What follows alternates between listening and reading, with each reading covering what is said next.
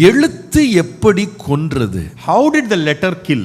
இந்த வடுவான பாவம் என்ன செஞ்சதுன்னா, கற்பனையை பார்த்த உடனே நம்ம திருந்தணும் நம்மளை நடத்தாம இன்னும் தவறு செய்யறதுக்கு நம்மளுக்கு என்ன பண்ணுச்சுன்னா வழிவகுத்தது. ஒருவர் பாவம் செய்யாம இருக்கு ரெண்டு காரணம். There are two reasons for a person not to sin. நான் சொல்றது எழுத்தின் பிரகாரமா செய்யாம இருக்கிறதுக்கு ரெண்டு காரணம். I am talking about why somebody is not sinning as per the letter. முதலாவது பயம். ரெண்டாவது காரணம் ஏன் தெரியுமா நிறைய பேர் பாவம் செய்யறது இல்ல? You know the second reason for people not to sin? அந்த பாவம் செய்யறதுக்கு வாய்ப்பு கிடைக்கல, அவ்வளவுதான். They don't have an opportunity to commit that sin.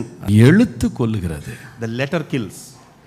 ஆனால் அடுத்த பகுதி சொல்லுது, But the next portion says, ஆவியோ உயிர்ப்பிக்கிறது. but the spirit gives life. எழுத்து எப்படி கொல்லும்? How does the letter kill? அது எப்படி கொல்லும்னு கேட்டீங்கன்னா, நம்மை வஞ்சித்து பாவத்தில் தொடர செய்து நம்மை கொல்லும்.